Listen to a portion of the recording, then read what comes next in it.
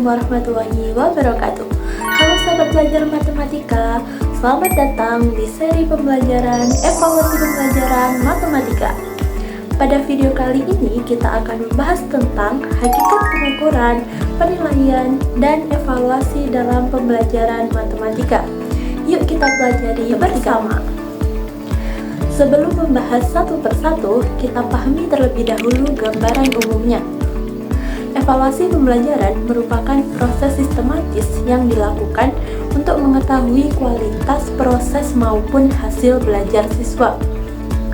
Dalam pelaksanaannya, evaluasi mencakup 3 kegiatan utama, yaitu pengukuran, penilaian, dan pengambilan keputusan. Ketiga kegiatan tersebut saling berhubungan dan membentuk satu rangkaian yang utuh dalam proses evaluasi pembelajaran. Dalam pembelajaran matematika, evaluasi digunakan untuk mengetahui kemampuan siswa dalam memahami konsep, menerapkan prosedur penyelesaian, serta memecahkan masalah matematika secara logis dan sistematis. Nah, setelah memahami gambaran umum evaluasi, sekarang kita masuk ke pembahasan pertama, yaitu pengukuran.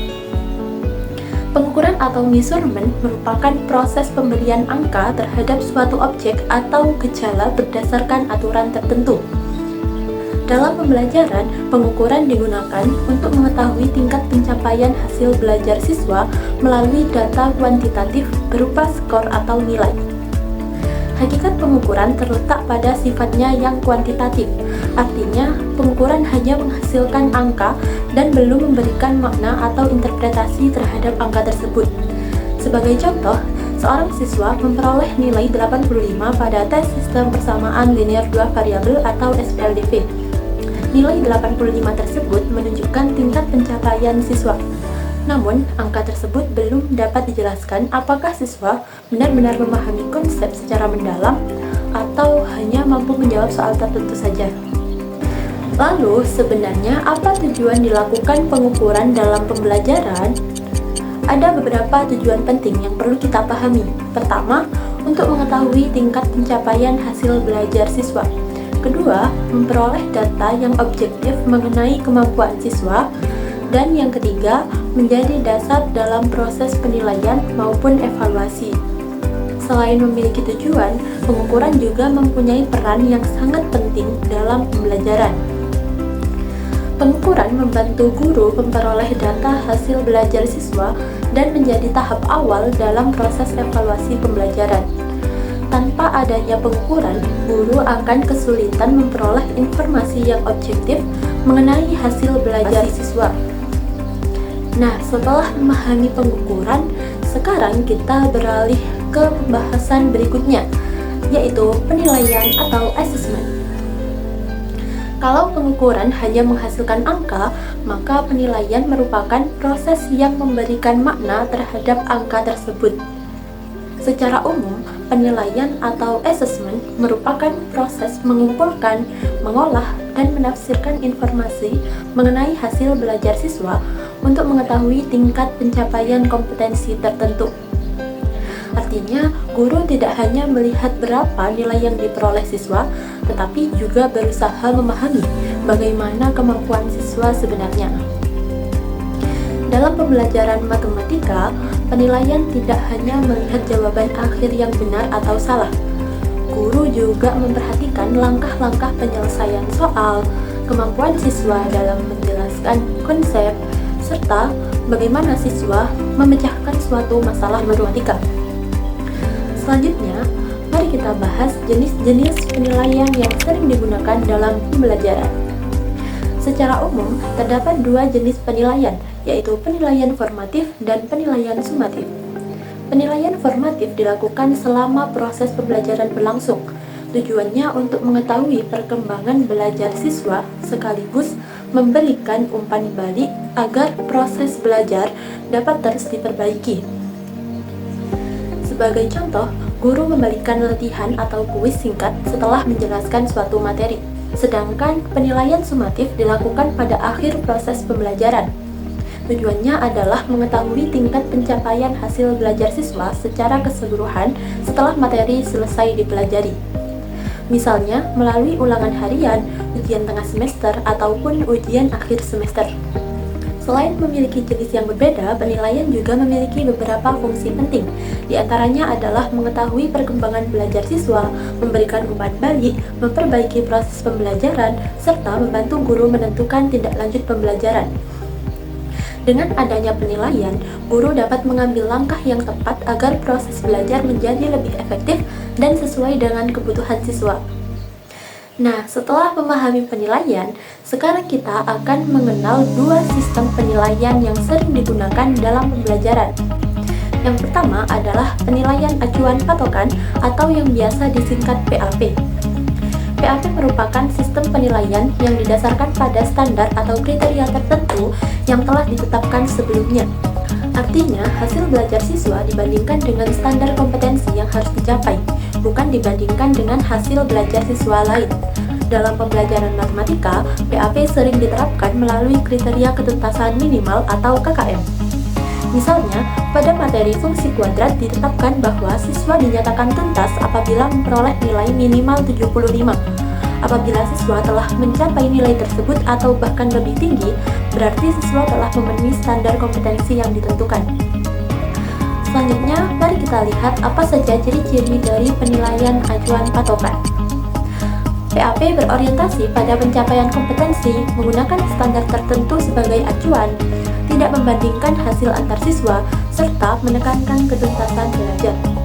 PAP juga memiliki beberapa kelebihan, di antaranya lebih objektif terhadap kemampuan masing-masing siswa, mendukung pembelajaran tuntas, dan lebih fokus pada pencapaian tujuan pembelajaran. Namun demikian, PAP juga memiliki beberapa kelemahan. Sistem ini membutuhkan standar yang jelas agar penilaian dapat dilakukan secara tepat. Selain itu, tingkat ketuntasan siswa juga dipengaruhi oleh tingkat kesulitan standar yang digunakan. Nah, kalau tadi PAP menggunakan standar sebagai acuan, sekarang kita beralih ke sistem yang kedua, yaitu penilaian acuan norma atau PAN. Berbeda dengan PAP, PAN membandingkan hasil belajar seorang siswa dengan hasil belajar kelompoknya. Artinya, posisi siswa ditentukan berdasarkan distribusi nilai dalam kelompok atau kelas. Tujuan utama PAN adalah mengetahui kedudukan atau peringkat siswa dibandingkan dengan siswa lainnya. Dalam pembelajaran matematika, PAN sering digunakan untuk menentukan ranking kelas ataupun memilih siswa terbaik dalam kegiatan Olimpiade Matematika. Sekarang kita bahas ciri-ciri dari penilaian acuan norma. PAN membandingkan hasil belajar antar siswa, berorientasi pada distribusi nilai, menentukan peringkat siswa, dan umumnya digunakan dalam proses seleksi. PAN juga memiliki beberapa kelebihan, di antaranya memudahkan proses seleksi dan membantu mengetahui posisi seorang siswa di dalam kelompoknya. Namun, PAN juga memiliki kelemahan. Sistem ini tidak berfokus pada pencapaian kompetensi siswa, melainkan pada perbandingan hasil belajar antar siswa.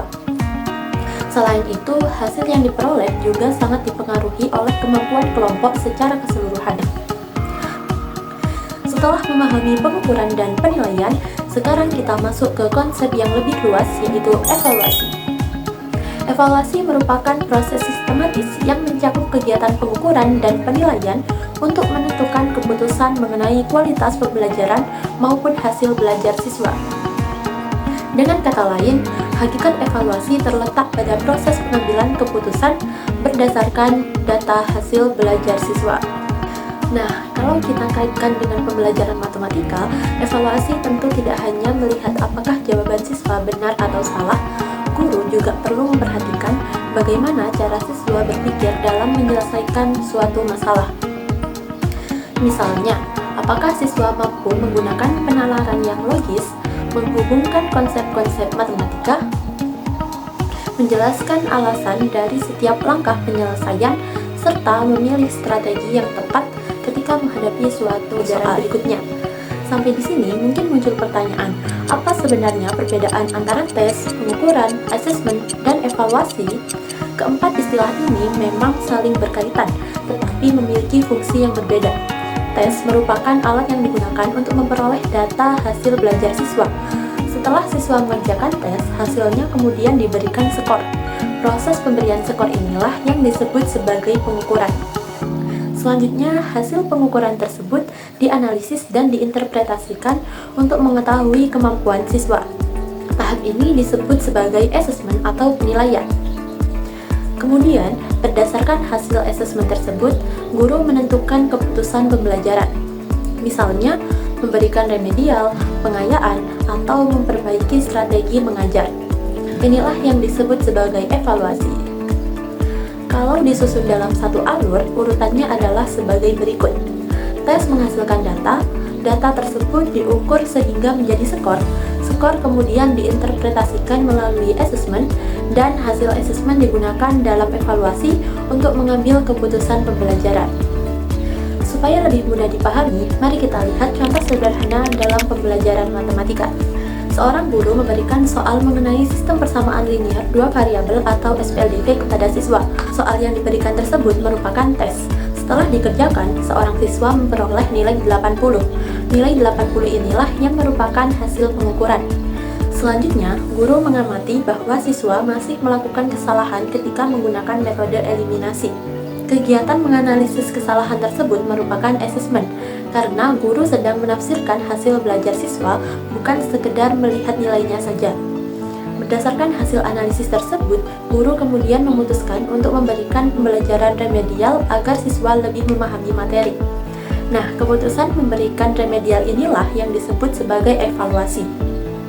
Pada proses penilaian, apabila hasil belajar siswa dibandingkan dengan kriteria ketuntasan minimal atau KKM 75, maka digunakan penilaian acuan patokan atau PAP. Sedangkan apabila hasil belajar siswa dibandingkan dengan nilai teman sekelas atau digunakan untuk menentukan ranking, maka digunakan penilaian acuan norma atau PAN. Baik, sekarang kita sampai pada bagian akhir materi.